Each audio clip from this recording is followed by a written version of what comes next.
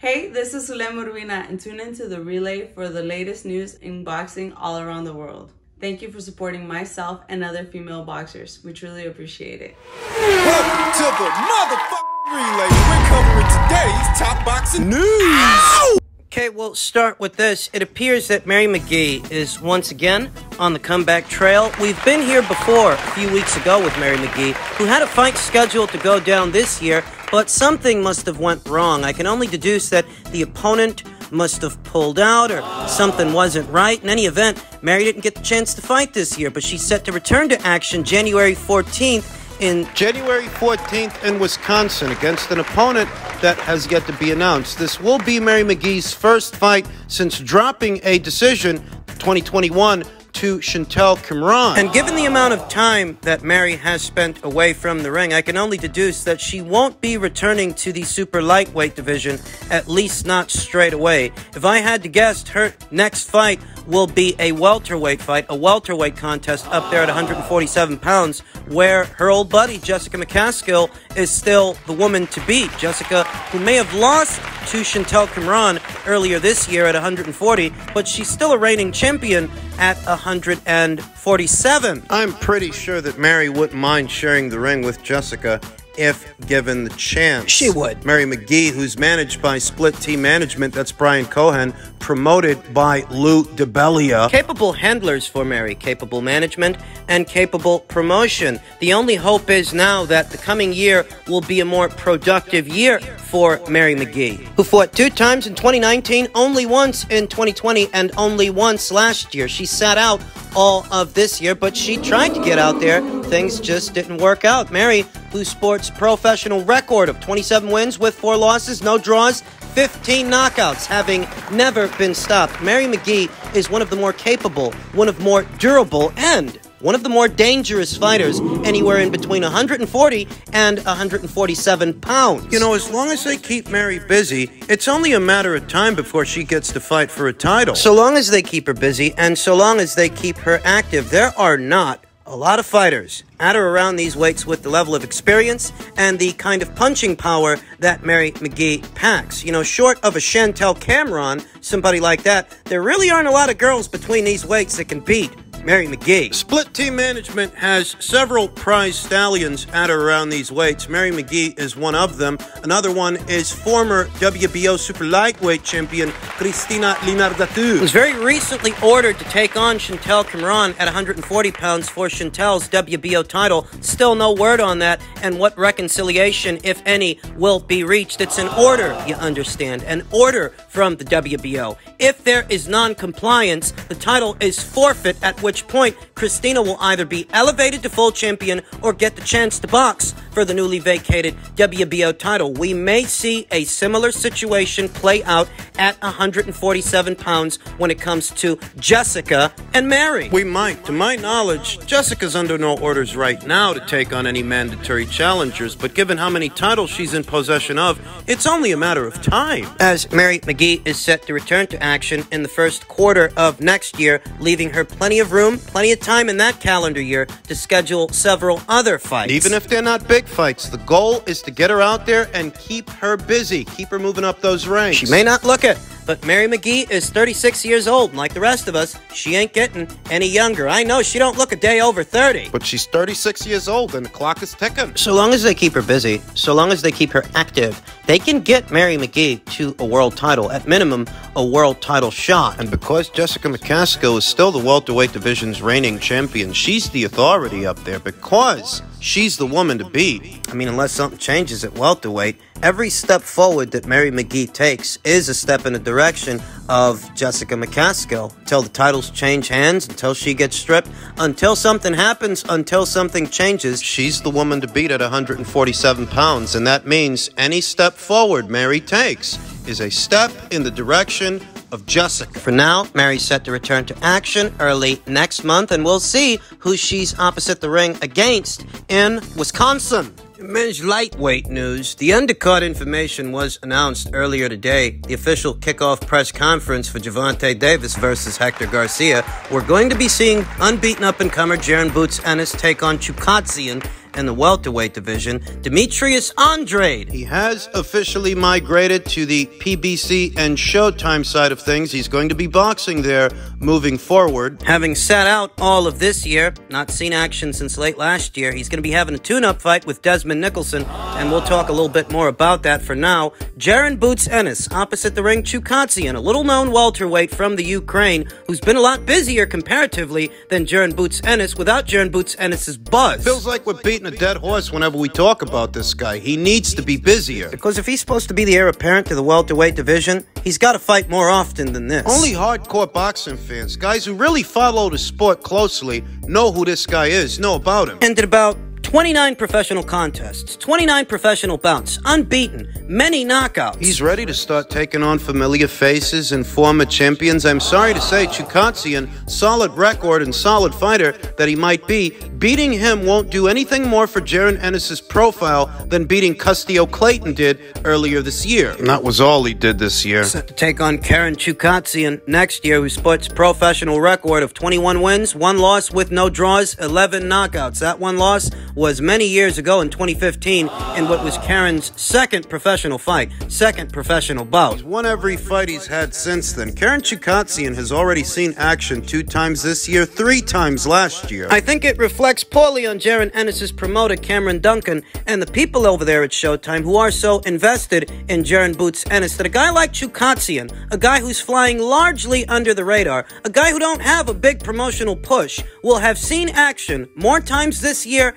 and last year than what is supposed to be the heir apparent to the welterweight division, Jaron Boots Ennis, who boxes exclusively on the Showtime platform. You've got a whole goddamn network behind you, and the most they could do for you this year was get you out there once against Custio Clayton for a grand total of 4 minutes. Jaron Boots Ennis himself said that he feels like he should have gotten his world title shot already, and I share in that sentiment because it's been many, many years since an IBF mandatory challenger was satisfied in the welterweight division. They're not as Johnny on the spot with Errol Spence Jr. as they were with Josh Taylor, as they were with Joe Cordina earlier this year. They put pressure on those guys to satisfy their mandatory challengers earlier this year, and as a result of that and some extenuating circumstances, they ended up vacating their titles, whereas Errol Spence Jr. seems to be able to hang on to his with impunity, with no pressure from the IBF to take care of his mandatory challenger, Jaron Boots Ennis. We all know who he's fighting next. He's fighting Keith Thurman, guy who's boxed once in the last 2 years, and that's enough to get him a title shot. Even with 2 other mandatory challengers by way of 2 other alphabet organizations already in the queue, somehow Keith gets fast-tracked to a title. Let's pretend that Keith Thurman isn't a safer choice, a much safer choice for Errol Spence Jr. than Jaron Ennis. Well, I know he might be a former champion and a more familiar face, a more familiar name than Jaron Boots Ennis, but here today what he is a quasi-retired fighter and, put simply, a has-been. The beneficiary of the brazen chicanery in today's welterweight division that is affecting fighters like Jaron Boots Ennis, affecting fighters like a Montestanionis who are due world title shots and world title opportunities but aren't getting them because Errol Spence Jr.'s career is in limbo. Yeah, he was supposed to fight Terrence Crawford, but all of that fell apart. So why aren't the alphabet organizations putting a squeeze on him the same way they put the squeeze on other fighters? As a result of that, Jaron Ennis won't be boxing for the alphabet title. He'll be boxing for the IBF interim title instead against Chukhadzian, and whatever that does for his profile. Yeah, I mean, Canelo's cool and all, but at the end of the day, nothing guarantees the Canelo fight. But sitting here fighting all the other opponents here at Showtime, that's Caleb Plant, that's David Benavides, that's Charlo, of course, as well. Those are the fights that we're looking for. But yeah, like I said, Canelo's cool, but those are the big fights that could be made here amongst each other. I'm not surprised that Demetrius Andrade ended up going to the PBC side of things because he's already done all he can do at Matchroom, and he didn't seem interested in what Top Rank had for him. Queensberry Promotions, he was supposed to have a fight with Zach Parker, but he reportedly got injured. I don't know how much I believe that. He sat out all of this year. What do you think he's going to make to fight this Nicholson guy? Do you think that he's going to make more? to box Desmond Nicholson on the undercard of Gervonta Davis's next fight. Do you think he's going to make more boxing Desmond Nicholson than he would have made defending his title against Yanibek Alimkhanuly? Do you think he's going to make boxing Desmond Nicholson on the undercard of Davis versus Garcia what he would have made opposite the ring Zach Parker? Desmond Nicholson, a career journeyman who lost one to Emmanuel Alim, lost one to Edgar Berlanga, lost one to Jesse Hart. You think they're going to give this guy anything close to a seven-figure purse, anything close to a seven-figure payday to box on an undercard opposite the ring this guy? No, I don't think so. In a Yanibek Alimkhanuly fight,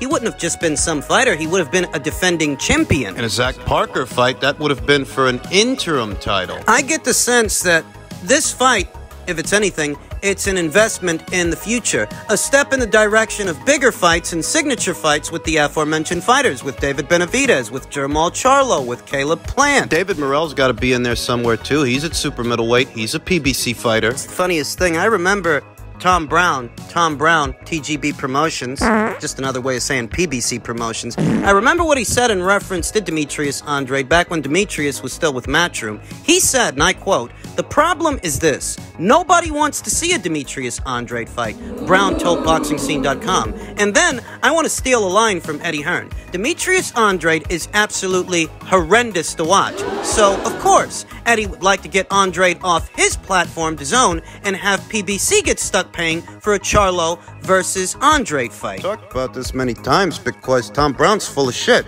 The people over there at Matchroom and DAZN offered to pay for the Andrade versus Charlo fight. The Charlo people didn't seem receptive to crossing over, so as a result of that, Demetrius offered to cross over to Showtime, and this was his response. This was his answer. And now look how the cookie crumbled. Here's Demetrius Andrade boxing on the undercard of what is a TGB promotion show, a Tom Brown show, because in case you're not aware, TGB is promoting Gervonta Davis's fight, not Mayweather Promotions. Leonard Ellerby was nowhere to be found at the press conference for this fight, for this card. Quite unofficially, heralding the breakup between Gervonta Davis and Mayweather Promotions. What Leonard's going to do moving forward, what he's going to do now, your guess is as good as mine, though the question here today is, irrespective of Gervonta Davis and all of that, did Demetrius Andrade just shoot himself in the foot going over there to the PBC? They may have the names, they may have the fighters, but you know what they don't have? They don't have a reputation for making fights in a timely fashion, even when they have several champions or several guys at the same weight. I mean, Jermall Charlo and David Benavidez are a prime example. It was 2 years ago that Jermall said that he would move up in weight and take on David, and as of yet, that hasn't happened, and it's not about to happen. David's taking on Caleb Plant, a fight they could have made 2-3 years ago. They're just now getting around to it. Now that neither guy is a full-fledged champion, Gary Russell, Leo Santa Cruz, does that ring a bell? They never fought. Leo Santa Cruz is still a champion here today, and for some strange reason, they were unable to get the Ray Vargas unification match at featherweight over the line. So as stated, they can have a bunch of guys, a proliferation of guys at a given weight. They can have the fighters, they can have the names, but that doesn't guarantee that they'll make the fights in a timely fashion. I understand Demetrius's logic. It's the PBC's logic that is under question, and their ability to deliver. Can they deliver Demetrius Andrade the fights he needs, the fights he wants? It's not like Showtime has all that much money to play with. Declining viewership and a shrinking annual budget. It was Showtime's president of entertainment, Jana Winograde, that said, put simply, belt tightening is coming. They get him out there against Desmond Nicholson early next month. How long will it be before they get him out there for a second time? How long will it be before they put him in a signature fight? That's the question. I understand his hierarchy of thought, but what's theirs? I don't get the sense that Showtime, Stefan Espinoza, and the people over there at the PBC are going to have all that much money to play with next year. All that many fight dates. We'll have to wait and see if this was a wise choice for Demetrius or yet another example of how he's once again shot himself in the foot. And finally, the WBO has officially ordered WBO Cruiserweight Champion Lawrence Okolie to take on his mandatory challenger, New Zealand-born, Australian-based David Light. David Light could not have picked a better time to land a career-best win. The celebration tour for the unbeaten New Zealander will now include a fresh round of talks for a shot at WBO Cruiserweight titleist Lawrence Okolie. The two sides were instructed by the WBO on Monday to enter negotiations for a mandatory title fight coming on the heels of Light's upset split decision win over over Brandon Glanton just 3 days ago. The parties are granted 20 days upon issuance of this letter to negotiate and reach an agreement, or purse bid proceedings will be ordered per WBO regulations of World Championship contests.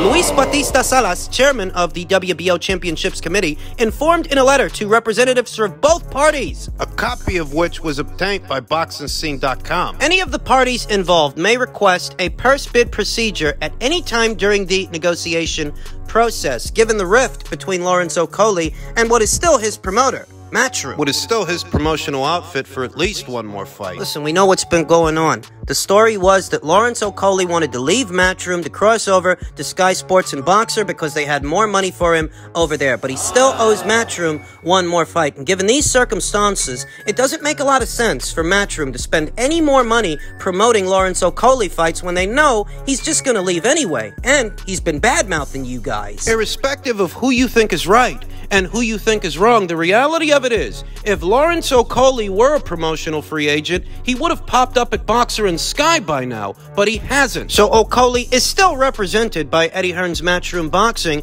at least through his next fight, which will presumably come in this title defense, and Light is promoted by Matt Rose and the No Limit Boxing team. They promote Nikita Tszyu, Tim Tszyu, Shannon O'Connell. No Limit is a very well-to-do outfit in the land down under, an Australian-based outfit that does a lot of shows, good-sized shows down there. Given the strained relationship that Lawrence has with the people over there at Matchroom, one is left to wonder, how is this going to play out? How is it going to end? Well, I think it might end up going to a purse bid. And when it does, then Ben Shalom and Boxer and Sky, they can make a decision to bid on the fight and promote it themselves, because I reiterate, it's hard to imagine that if you're Eddie Hearn and the people over there at Matchroom, you want to spend any more time and any more dollars on Lawrence Okolie fights. You promote this show, use resources to do it, and for what? So that he could end up going somewhere else once the contract is up. Irrespective of who you think is right and who you think is wrong, the contract must still be active and actionable if Lawrence hasn't migrated to Sky and Boxer already. So if you're Eddie Hearn, you cut your losses, you cut this guy loose, you let him go over to Sky and Boxer. So you ain't got to spend no more money and no more time on this guy. You know he wants to leave, just let him. It's the cheapest alternative. Even if Lawrence Okolie wants to take shots at you, even if he wants to make this personal, business is business, and business ain't personal. And you've got to do what's in your best interest for business. Business as usual. Let the guy go. Who wants to get involved in a long, drug-out legal battle over what is an actionable contract when you can cut your losses now and save yourself the trouble? You think Lawrence Okolie's an ingrate? You think he's ungrateful? He ain't the first fighter. He ain't the first fighter that's been accused of that, and he won't be the last. The 20-day deadline gives a deadline of Christmas Day, though a holiday grace period will likely push it out till at least December 26th. Let it go to a purse bid. Let Ben Shalom pay for the fight. Let Lawrence be his problem.